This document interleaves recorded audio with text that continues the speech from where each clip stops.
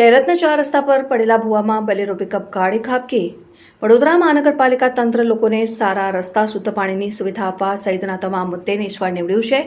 વડોદરામાં ભૂવા પડવાની પરિસ્થિતિ યથાવત જોવા મળી રહી છે। વડોદરા શહેરના ચેરતના 4 રસ્તા પર મહાકાય ભૂવો પડતા તેમાં બોલેરો પિકઅપ ગાડી ખાબકી હતી।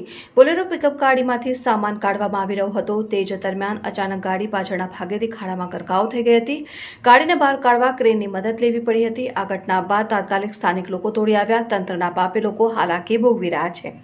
હાલમાં અહીંયા તંત્રના પહોંચતા લોકોએ જાતે જ બેરિકેડિંગ કર્યું છે અને ખાડામાં પડી ગયેલ પિકઅપ ગાડીને બહાર કાઢવા માટે ક્રેનની મદદ લેવામાં આવી હતી। ઉલ્લેખનીય છે કે ગતરોજ શહેરના અકોટા ગામના નાકા પાસે રોડ ઉપર આવેલ ફૂટપાથ બેસી જતા રસ્તો બંધ કરવો પડ્યો હતો। હણીવારા શેરિંગ રોડ પાસે 5 ફૂટનો ભૂવો પડ્યો હતો ત્યારે અવારનવાર આ પ્રકારની સ્થિતિને લઈ લોકોમાં છૂપો રોષ જોવા મળ્યો।